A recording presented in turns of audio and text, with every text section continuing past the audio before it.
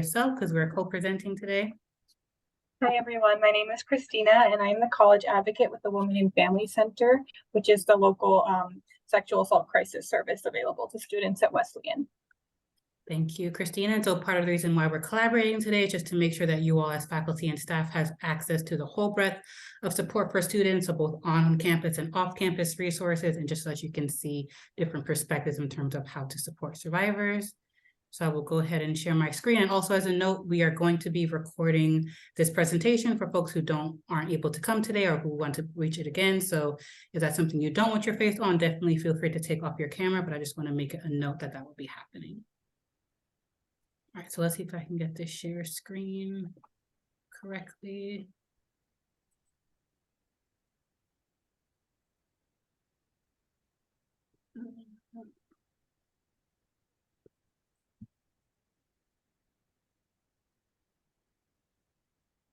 All right, so can you all just type in the chat if you can see everything before I start?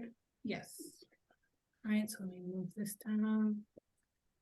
Okay, so then I'll begin starting with the presentation. I can't see people's faces, so feel free to chat to me directly if there's something that comes up.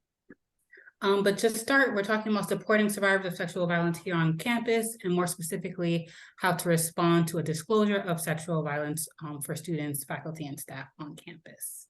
And it's me, Amanda, and Christina again. Just to go over some of the services provided here at Wesleyan, since that's the office I work out of. If you don't know where Wesleyan is, it's on 287 High Street, which is near to the Davidson Health Center. There's a lot of resources that are available here for students. So there's wellness education workshops, recovery support, safer sex kits. Students are also able to get those sent to them in the mail. We have our resource room, which is one of the biggest things that students come here for, which is right across from my office. Students are always coming in and out, as well as study lounges upstairs that are available to students at all times. My role here on campus is to facilitate sexual violence education, so kind of what I'm doing here today, talking to you all, as well as facilitating that education for students on campus. I'm also here to provide consultations on best practices to support survivors, which we're going to go over a little bit in this presentation. So if there's ever anything that comes up with you individually and you're not sure how to respond to that situation with a student or a faculty or staff member, feel free to reach out to me. And then I also offer referrals and explain resources to students, survivors, about what's available to them both on campus and off campus. So just to go over a brief Title IX overview, since a lot of what the expectations for you all as faculty and staff are linked to the Title IX regulations within our country.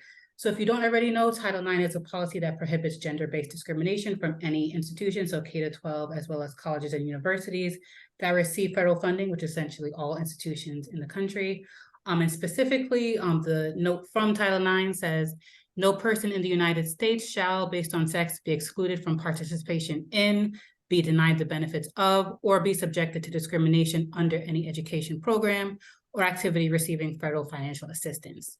Most people know about Title IX, probably my age and older than me, as it regards to equity within college athletics, so opening the path for female students to be involved in college sports. But more recently, so within 2011 and afterwards, under the Obama administration, Title IX policy was updated, essentially saying that universities and colleges also need to highlight that institutions have to respond to reported incidents of campus sexual violence. And as a result of that, universities and colleges across the country updated their procedures to make sure that their Title IX policies went over how to respond to disclosures of sexual violence on campus. So going over Wesleyan's statement of policy prohibiting sexual misconduct, and this is adapted from our policy, which you can pull up through a quick Google search. But essentially it's saying that Wesleyan strives to be a safe and welcoming campus for everyone who attends or who works here, and that all acts of sexual misconduct violate this standard. And anytime there's a disclosure of sexual misconduct made to a faculty or staff member, they have to be referred to the Title IX office, which opens up resources and referrals for them for more support and information.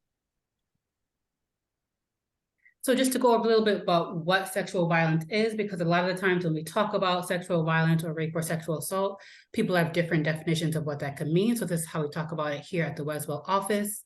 Sexual violence refers to a spectrum of unwanted behaviors that are sexual in nature, and they don't necessarily have to be involving physical contact. So if you look at the continuum on your right, With different circles, when I'm presenting this to students, often what I say is that the darker circles are the behaviors and attitudes that people recognize as violent or as harmful, and that those lighter circles, so the lighter gray circles on the top side, are behaviors and attitudes that are also harmful, but not as easily recognized within our society. And part of the reason that we talk about this continuum is to say that all of these behaviors are considered sexual violence, not just the things that we automatically know as something that can be harmful for folks. And just because someone isn't being touched in a physical manner doesn't mean that it's a behavior that is not harmful for them or traumatic for them. Another reason why I use this continuum is to highlight that sexual violence is a form of oppression that is linked to all other forms of oppression in our society. So if you see here, there's a few examples. Racism, ableism, classism, sexism are all linked to sexual violence. So often when you have one form of oppression, sexual violence is also apparent and linked to that. Why that's important for when we're talking about survivors and supporting survivors of sexual violence is that we have to recognize that a lot of the students that we're working with and people in general have intersecting identities, which is going to impact how they experience sexual violence and the trauma that is experienced by sexual violence. The example that I usually give in this context is in my past work, working with a lot of survivors, there were often a lot of folks who were experiencing homelessness. So if someone came into my office talking about them being a survivor of sexual violence, I can't only focus on the fact that they've been experiencing sexual violence, but also have to discuss their experiences with being unhoused every day and how that intersects with how they're going to experience sexual violence in the future. So just to go over some brief definitions about sexual violence, so more specific from the continuum. So sexual harassment refers to any unwanted or repeated attention that is sexual in nature. Again, this is not highlighting contact, physical contact, so someone doesn't have to be touched for it to be considered sexual harassment. Sexual assault is sexual contact that is unwanted or the person does not give consent to.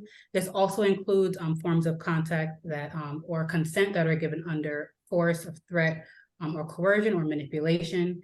And then rape specifically, and the reason why I have these two definitions here is because people often use sexual assault and rape interchangeably, but they're not necessarily the same thing. Rape is a form of sexual assault though. But rape is a crime of power and control that involves the use of force or coercion to manipulate someone into having sex without their consent.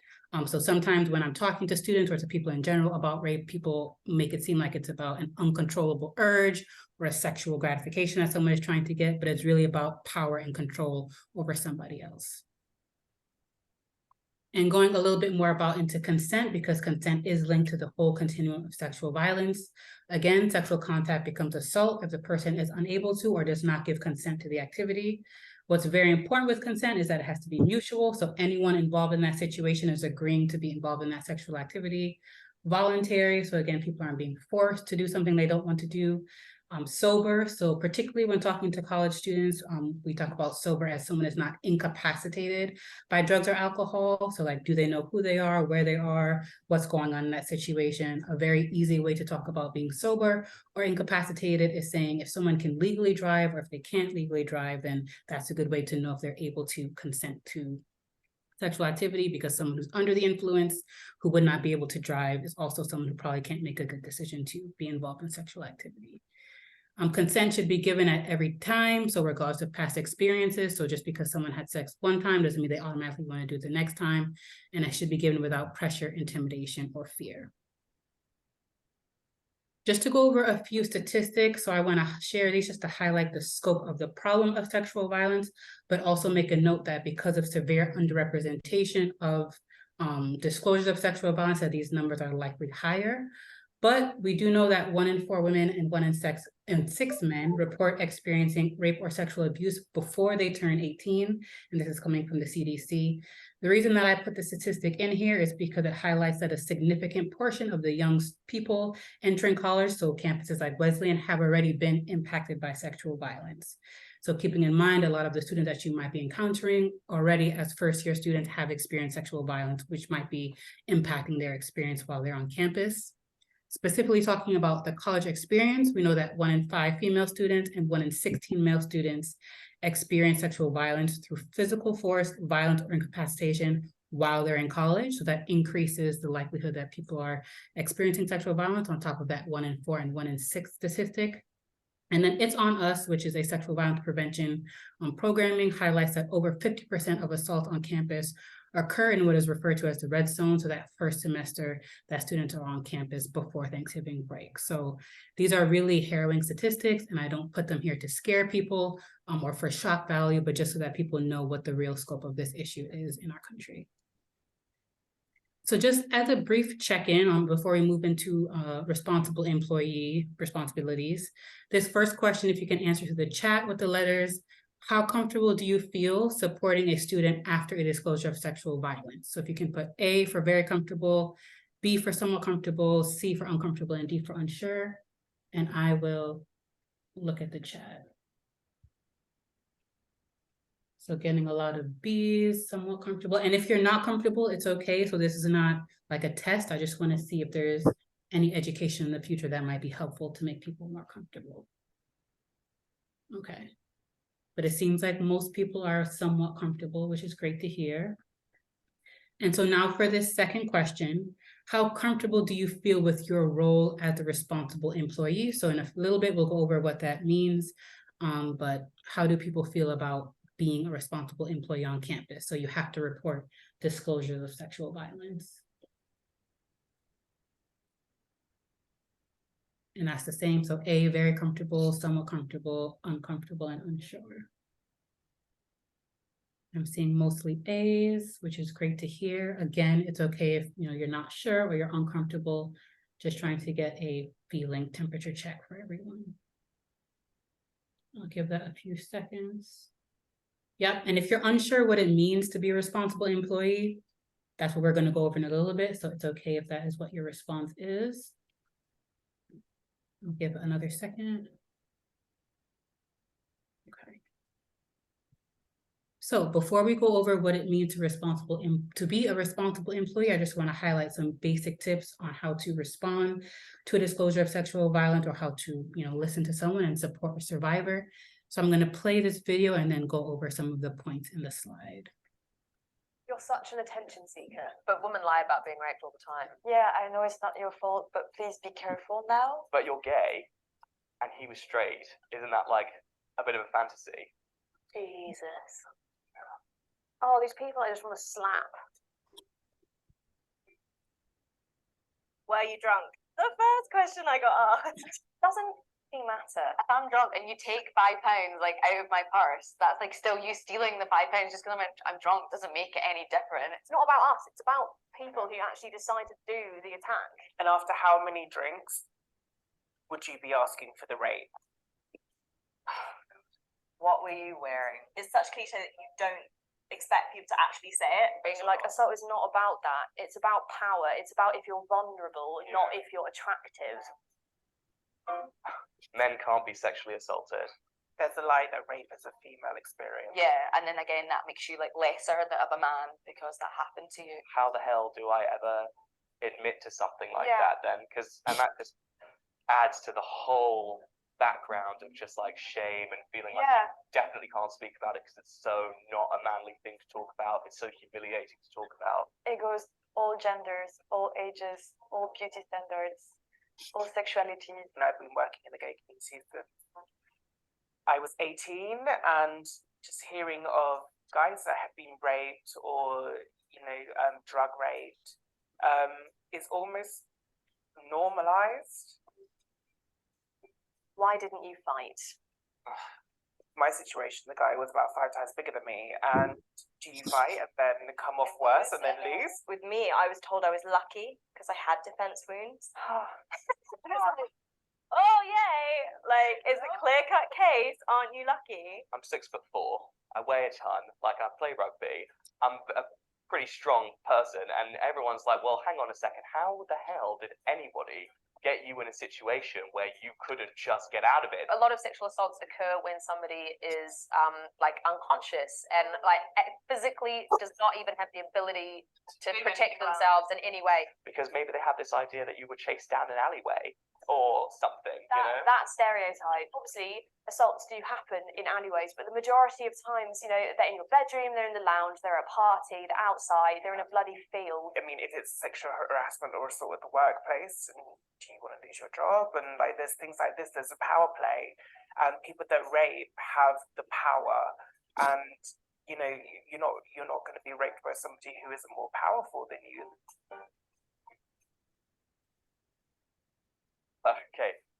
Oh, you must have wanted it a little bit. No, No, I really didn't. no, That's truly grim. that actually makes me feel a little bit sick. A guy said to me, you know that a penis can never penetrate any hole unless that person wants you to put it in. Oh my god. I know. It makes you feel guilty about having wanted to be close to somebody, having been flirting with someone, or having just trusted somebody. No, that's not a sin.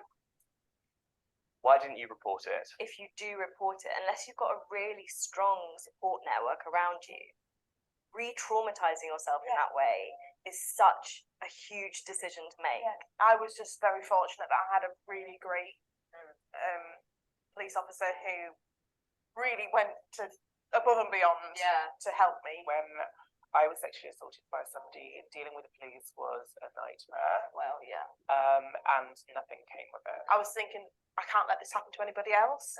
So that's why I reported it, and I'm so glad I did, because the guy got what he deserved. Yeah. And then what happens is when that person gets off with it, then that woman is tarred for like the rest of her life. This assumption that everybody that speaks out about sexual assault should be assumed to be lying because oh, but they could just be making it up. Why would you go through all of that? Like, basically be judged by society, be judged by all of the people that you know, be judged by your parents. I mean, me having to tell my parents that I was raped is probably the most difficult thing that I've ever done. It's important to know that it's possible to report it, and there's associations and people that will be there to help you doing so. If I'd have known those resources were out there, then maybe it would have been different. But at the time, I felt completely alone. I think that the word consent almost is like problematic because it makes people think that it's more complicated than it is. Oh, well, like, what's consent mean? And like, what's the legal definition of what consent forms? Do we need like a contract? Do I need like a legal definition? Consent is sexy. Consent is sexy, right? If you say something like, "Oh, I really love to kiss you right now," then that's like, yeah, I'd love you to kiss me. I really want to like go down on you right now. That's hard. Why do you talk about it? I never used to talk about it, and that's because I was ashamed. I just wanted to pretend it didn't happen. Yeah. I think it's different for every person. I don't think it's a problem if you don't want to speak about it. Talking personally saved my life, so I think I would encourage anyone to talk about it. It's freeing. Absolutely. And it's liberating to talk about it. Think a lot about what not to say, but the best thing to say is just "I believe you." Honestly, people don't even begin to realize how great that can be. That's the first thing that somebody said. Okay, so hopefully you enjoyed that video. Part of the reason why I share it is because it's like a more lighthearted way about talking about survivorship, and also because these are very real things that survivors are hearing. So again, doing this work for a while, people often came to me and kind of said these problematic things that people said to them after they disclosed that they were a survivor of sexual violence. So part of the reason why I put this video in here is just to be mindful if you do hear a disclosure and those comments that you heard, those questions, inappropriate questions, to check yourself about why you might be considering to ask those questions. And so as it was said in the video, one of the biggest things that you can do to support someone who has experienced sexual violence after they disclose to you is to believe what they're saying. One of the main concerns that people have across the board is that someone that they disclose to, even if it's a loved person or someone who they trust or who's close to them and who in other circumstances they wouldn't question their support, people are still nervous that people aren't going to believe them because we live in a society that really blames victims of sexual violence and survivors. So some other points is to listen actively and non-judgmentally, so not to interject your thoughts or to ask all these investigative questions. Talking about the role as a responsible employee, which we'll go over in the next slide, is to inform the survivor, especially if you're in your faculty or staff position and you're talking to a student, of what your role is as a responsible employee so that they can make an informed decision about how to move forward, because that's, again, giving the power back to the person who has experienced sexual violence about the control over their story. Avoid victim blaming language. So as this video discussed, not asking questions that you don't need the answers to, thinking about why you're asking these questions in the first place, and not accusing people for what has happened to them because they have been victimized by someone. They are a survivor and they are not the perpetrator. So not to ask them that. Responding equally to all disclosures. So again, thinking about statuses as a faculty and staff member, not making assumptions about the person who is speaking to you, especially if there's things that you know about them. So just assuming from the base that everything that someone is telling you is true and not responding differently based on your assumptions about who they are and how they act. Only sharing information with the people you're required to, which we'll go over in the responsible employee slide. But as a responsible employee, you're going to have to connect someone to Debbie Colucci in the Title IX office. But outside of that, unless the student explicitly tells you to, you should not be sharing any of that information with anybody else. And then empowering the survivor to participate in whatever process they feel comfortable with. So as it was discussed in this video, there's going to be people who want to go to the police, people who don't, people who might want to go to the hospital, people who are unsure. And so allowing someone to make that decision for themselves, because that's part of consent. So they're consenting to what they want to do next, as opposed to being forced to do what someone else thinks is best for them. So just to go over some barriers to disclosure so that you can understand what might make a student or a person in general hesitate to disclose that they've been experiencing sexual violence, because sometimes people aren't really sure why people don't speak up, because the statistic shows that about 80% of people don't report that they've experienced sexual violence. That's a very high amount of people who aren't disclosing their experiences. So one of the biggest ones is uncertainty about what constitutes sexual violence, which is part of why I put that continuum in the beginning, because a lot of people are taught, including me growing up, that sexual violence looks like one very specific thing. So that narrative of like, the woman jogging in the woods at night and someone comes up behind her and violently attacks her is like the main image that people have about sexual violence. So anything that happens outside of that, people don't automatically associate it with sexual violence, even though if it is and falls into that continuum. Feelings of shame and embarrassment are really common. Perception that they'll be blamed or not believed, which is why we're going over believing as one of the first steps to support someone in the last slide. Fear of retaliation and ostracization, which is really big on campuses, so that they'll be eliminated from friend groups, that people will retaliate against them, especially if that person has some type of popularity within the group or within the space. Hesitance to trigger an investigation, which is something to be mindful of as responsible employees, that there are people who will know that that's what your status is and it will make them not want to disclose to you, which again is their right to do that. Mistrust of justice and reporting systems. So again, not being sure what's going to happen, not being having control of someone's story, or not trusting that the people who they report to have the best interest in mind for them. And then sometimes just lack of knowledge about what reporting options are, which is part of why I'm going to go over that for you all so that you can offer that education for students, faculty or staff, or anyone else in your life who might be experiencing sexual violence.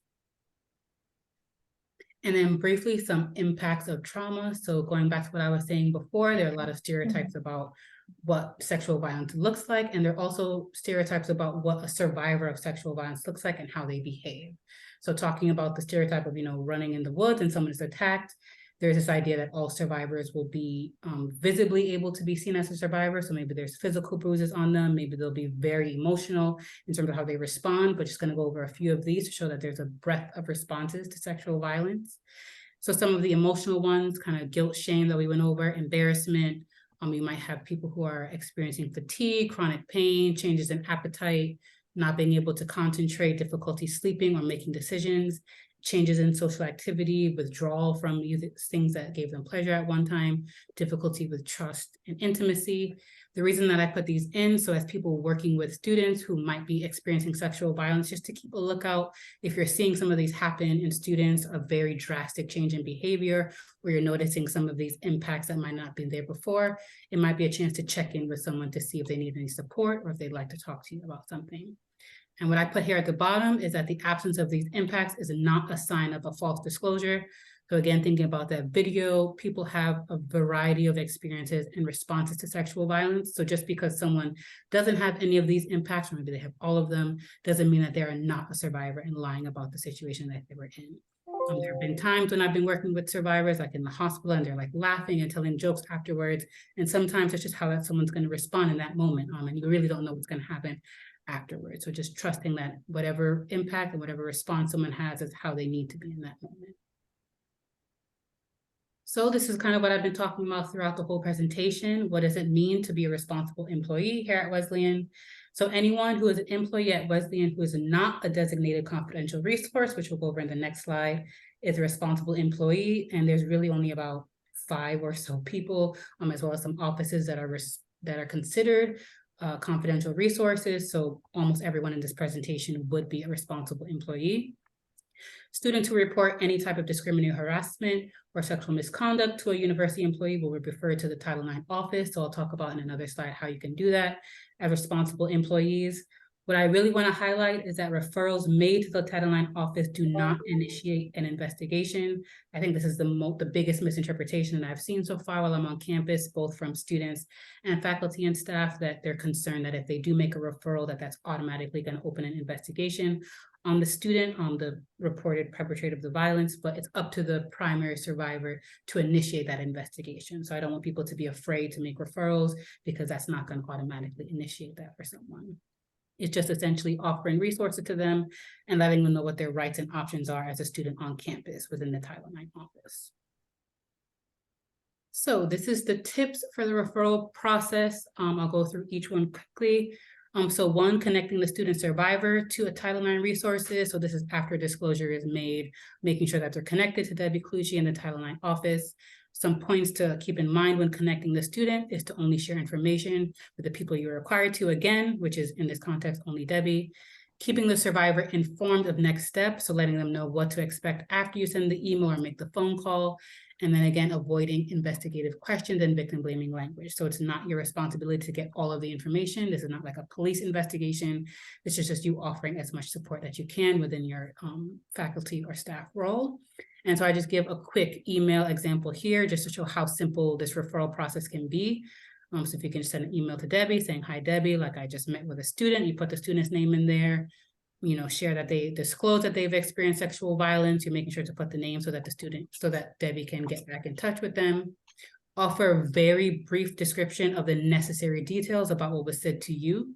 So not asking more questions to get more information, just exactly what the student said to you in the briefest way possible, letting Debbie know what they said. And then letting them know that they're going to be reached out to directly by Debbie, and then, offering Debbie any support if she needs to follow up with you. That's on the left-hand side, so that's the email. On the right-hand side, we're going to talk about explaining your role as a responsible employee, because it's very important to make sure that students know that so they don't feel blindsided when they get a follow-up from Debbie. Some points to keep in mind with that is to validate the survivor's feelings about what that process can look like for them, explaining the requirements that you have to do for reporting as a responsible employee, and again, encouraging autonomy and empowerment. So if you want to take a few seconds just to read this, and I'll read some of the bolded parts. So this is something that you can talk to a student about as you're informing them about your role as a responsible employee. So thank you for feeling comfortable coming to share with me about what you've experienced. However, before you continue talking, I just want to explain my role as a responsible employee to give you a chance to decide how you'd like this conversation to go. I'll need to contact the Title IX coordinator and file a report that contains identifying information, as well as a brief description of what was disclosed to me. I'll keep additional details of our conversation private and tell only those who need to know, and then kind of checking in with them to see if they have any questions about what that might look like. And if anyone wants these, I can give it to you in writing or send it to you over email as well. So just going over some of the resources that do exist on campus. So starting with the confidential resources, which means we are the people on campus who do not have to report directly to Debbie if we are disclosed that someone has experienced sexual violence. So that's my specific position within Weswell. So I want to highlight that all other people working in this office are not confidential resources, but all of the staff at CAPS are, as well as the Office of Religious and Spiritual Life and the Davidson Health Center. So if students are saying that they want to talk to someone on campus, you can guide them in our direction. And some off-campus resources are the Women and Family Center, which Christina is going to talk about in a little bit about what resources they can provide. That is the local Rape Crisis Center, which is part of the Connecticut Alliance to End Sexual Violence. It's our local state organization. And the New Horizons is the local domestic violence agency. So very similar services that they can provide for students on campus. And here are some of the non-confidential resources, because again, if a student has a relationship with some of these people, they might feel more comfortable disclosing to them, which is okay, that's their right. So the Title IX coordinator, any class deans, other Weswell staff, resource center staff, Res Life staff, and essentially anyone else on campus who's not a confidential resource. And just again, highlighting at the bottom that disclosures made to these individuals will have to be reported to the Title IX coordinator. So before we continue to Christina's section, I'll stop sharing for a second. Any brief questions that people have, like 1 or 2 questions, or like comments, just like a temperature check, how people are feeling about this information. I see a hand up, so you can go ahead. Hi, yeah, thank you for this. Could you clarify again? I thought talking to Debbie was confidential, so I'm not sure I understand why revealing what a student said to Debbie would not, but Debbie Colucci, for those who don't know, would not be a confidential step. Yes, so that's a great question. So it's kind of double-sided. So yes, technically Debbie is not a confidential resource, but she would have no one to report that information to. So since all disclosures of sexual violence are reported to Debbie Colucci as a Title IX coordinator, even though she's not considered a confidential resource, she doesn't have anyone to report that information to afterwards. She's not mandated to make those reports. So that's why I make that distinction in there. And something that she makes sure to highlight as well to students, that she's not required to share that information, but she's not technically considered a confidential resource, if that makes sense. Okay. Does that answer your question? Yeah, it doesn't make sense, but it answers my question. Yeah, it's like a tricky way of thinking about it, but you can let students know that Debbie doesn't have to report that information to anyone, but for some reason, that's just how it's named within the campus. Yeah, thank you. Would you be able to share those slides with us? Yeah, and it's also going to be recorded. So once that information is all set, we can make sure that people have access to it so that you can look at this information on your own. Thank you so much. Thank you. Any other brief questions or comments before we move into Christina's section of the presentation? All right, and there'll also be time at the end to ask more questions. So let me share the screen again. All right. There's something in the chat. Oh, something in the chat? Mm-hmm. If a student comes to you after they have already reported to someone, do you still need to disclose? Yes, so that's a great question. Just to repeat that for folks who didn't hear, the question was, if a student comes to you after they've already disclosed to someone or made a report, do you still have to make a referral? Yes, you do. And that's something that you can let the student know, because they might say, oh, well, I already talked to Debbie, I already talked to someone else, but you're still mandated to make that quick email referral so that someone knows that you were also disclosed to. Okay.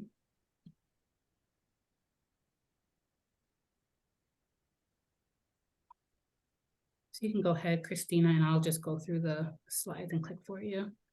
Awesome, thank you. So hi everyone, just to introduce myself again in case you missed it in the beginning. My name is Christina and I'm the college advocate with the Women and Family Center, which is the local sexual assault crisis center for the students at Wesleyan. So a little bit about what we do at the Women and Family Center. We're a free and confidential service provided to survivors of sexual violence and their families. So we serve primarily primary victims, which are people who have been directly impacted by sexual violence, but we can also assist secondary and tertiary victims, or people who were impacted because a peer has been impacted or impacted in a different way. So the main service we provide is our 24-hour hotline.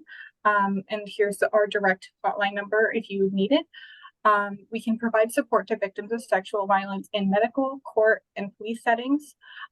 We also offer short-term one-on-one counseling, which is typically about 6 months. We provide assistance with referrals and victim compensation through the Office of Victim Services. So in the state of Connecticut, any person who's been impacted by sexual violence is entitled to compensation for crime-related expenses, regardless of if they decide to report or not. We also offer support groups, and we do prevention education in schools from K through 12. Specifically on college campuses, we provide support during Take Back the Night and other events where students may want to speak with an advocate. We also attend tabling events for health and wellness fairs. We've offered office hours for students on campus in the past. And we've also provided educational programs for students and staff. So such as this one here, we've also trained public security or public safety staff on some campuses. All right, so this is a bit more about our hotline. So the number on the top is our direct line for any people in our service area, which we will talk about in the next couple slides. But the second number is most important for you to know because that number will connect anybody who calls in the state of Connecticut to the right member center for them. And we also have a specific hotline for any Spanish speaking people because there are people there who can speak Spanish and communicate with them better than the people on the English hotline. So anyone can utilize our hotline, and the staff on our hotline are mandated reporters, which means that any disclosure of child abuse, elder abuse, or intellectual disability abuse will need to be reported. So that may be something you'd like to share with people before giving them the hotline as a resource. Advocates are available to counsel over the phone, and we can also accompany a caller to the hospital, police, or court.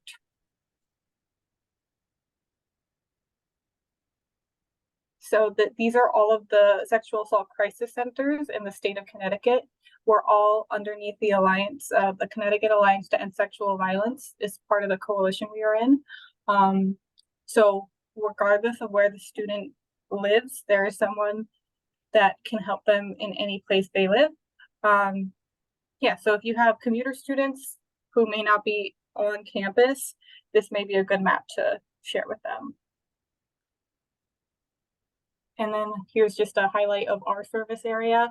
So we have New Haven up to Old Saybrook and then north to Portland as well. And then because sexual violence often is not an isolated thing, a lot of the times people who experience sexual violence also experience domestic violence at some level. It may be good to be aware of the domestic violence centers that are available in the state. So these 3 member centers, Chrysalis Domestic Violence Services, New Horizons Domestic Violence Services, and the Umbrella Center are all the domestic violence agencies that serve students in New Haven and Wesleyan. All right. So survivors of sexual violence have had their power and control taken from them. So it's important in your role as support staff that you offer options and empower the survivor to make the best choice for themselves. So we never want to tell somebody what to do or what the best choice for them is. So the best thing that we can do to support a victim of sexual violence is to be aware of what options are available to them and educate them so that they can make the best choice for themselves. So you don't need to know any details about the trauma being disclosed to provide support. So really, if somebody does disclose to you, you can offer your support in the best way by believing them, telling them that you support them, and let them know that you're there to help. The only really questions that you may want to ask, or the only questions that are appropriate to ask, are surrounding safety. So do you feel safe on campus? Do you feel safe returning to your dorm room or returning to your home? Do you need somebody here to just support you while we have this conversation? Anything surrounding safety is best to ask, but anything outside of that, I would stay away from. So following an assault, it's important to seek medical attention to ensure safety, both physical and mental. So both of the options below involve contraceptive care, prophylactic care, and an assessment of injuries. So students can go to an emergency room to get a forensic exam, or they can go through Yale Acute Care just to get just to be seen by a doctor to make sure that there's no physical injury, or to get prophylactic care or contraceptive care. And in both scenarios, you can choose to have an advocate present with you.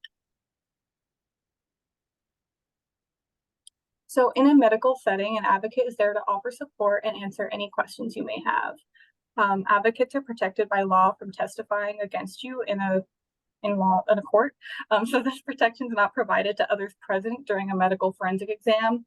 So oftentimes survivors may arrive at the hospital with a friend with them, and they may want this friend to sit in with them during the exam, which they're totally allowed to do. However, that friend may be called in a court setting to testify about what happened in that room. We are protected against having to testify in that way. So if a student does disclose to you that they have been assaulted and they are interested in getting a forensics exam, you can let them know that they have an 120-hour window between the time the assault happened and the time that they get the kit completed to make that choice. So there are a few things that a student or survivor of sexual assault can do to ensure that the evidence is most usable.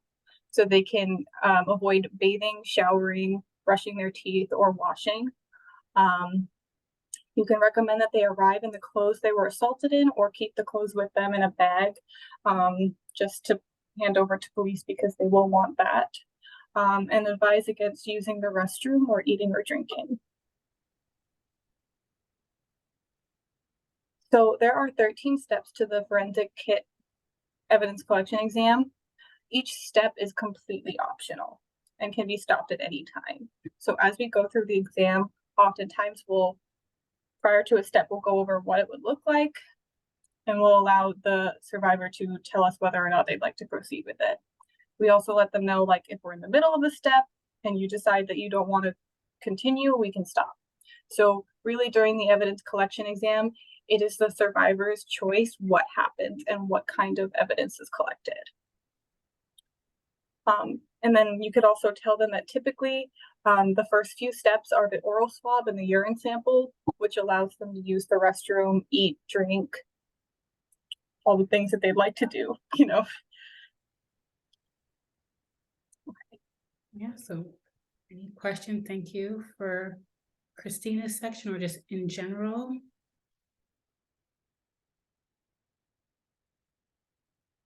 Or comments, thoughts that people have.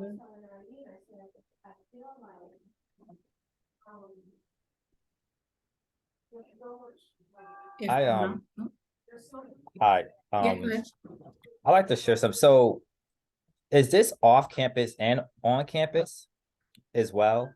So if it's an event sponsored by Wesleyan and something happens off campus, is it the same procedure? So just to reiterate, you mean in terms of the referral process if someone discloses? Yes. Yeah, so if it's a Wesleyan sponsored event, and I know Debbie, you're in here, so if you have a more specific response to this. But if it's something that is hosted by Wesleyan or it's off campus, but it's in a Wesleyan event and a disclosure is made, it would be the same situation in terms of having to make that disclosure to Debbie. Okay, thank you. So if there's like a game and it's at a different campus and the student was an athlete and it happened at a different campus, that's still something that they can report to Debbie and have certain resources available to them. So an example could be like a no contact order so that the student who experienced sexual violence does not have to have contact with someone else and they wouldn't be allowed to come on a campus. That's an example of that. And I'm one of the physicians here at the health center, and we unfortunately do see survivors of assault, but we do offer free testing of any medication that they need, including morning after pill or prophylactic antibiotics if they need it, and that's all without cost and confidential. Thank you for highlighting that. Clearly, we try and get them, if they would submit to a SANE exam, the forensic exam, and that's the first thing we tell them is these are our services here. What we do is private, confidential, and always free here in regards to sexual assault. But we will gladly get them over to the SANE nurse if they will allow it. Thank you. And that's something that we didn't highlight, but just to highlight here that the kit, if someone does go to the hospital, is free. Because I know sometimes there's a concern about there being a cost or it being linked, especially because a lot of students are likely still under like family insurance plans. So they're sometimes afraid that the family is going to be notified if they do go to the hospital, but it does not go through insurance at all because it is free, it's covered by the state. So that's something you can also highlight to students if they come to you and share that that's a concern, that they're not going to be charged for something that's a part of the kit.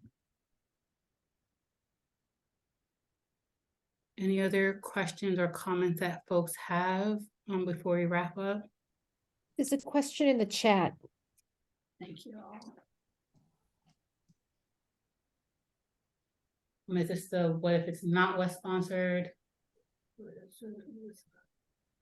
Yeah, so if it's not something that involves like a student or a student sponsored event, it's not necessarily something that has to be reported, but all of the options that we discussed in terms of supporting survivors would still be accurate. So it would still be important to know what the resources are to offer it to them, including what the resources are on and off campus, but you wouldn't be required necessarily to report that to Debbie in the same way that you would if it was a Wesleyan sponsored event or it happened on campus and involved 2 students. That's a great question.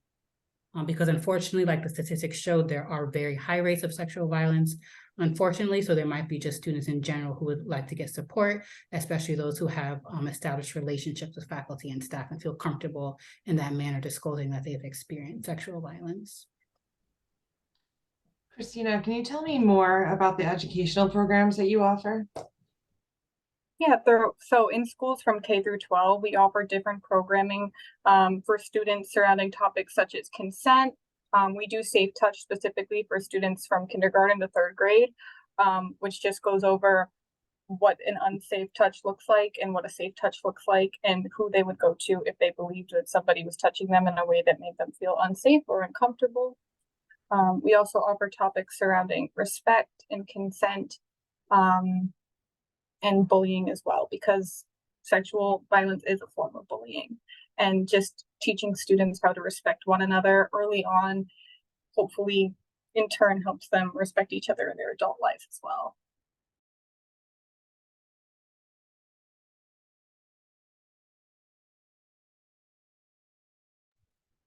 Any other questions or thoughts from people here? All right, well, that's, it from me and Christina. We can hang back for a few minutes just in case there are people who have more individual questions or private questions. But thank you for coming to one of the first faculty and staff events for Survivor Solidarity Month. I'm really glad to see such a big turnout. And if there's any specific question you have for me, you can feel free to reach out by email or phone call. Or if there's any thoughts you have about future events for Survivor Solidarity Month, I'd love to have that feedback as well, and look out in your email for upcoming events for students on campus. Amanda, you're getting a lot of thanks in the chat, and I want to say thank you too. Thank you. I keep looking away from this. Thank you all so much. I enjoy talking about this as well. So I'm glad that other folks are looking to support students on campus as well as other faculty and staff members. Thank you, Amanda. Thank you, Christina. Thank you.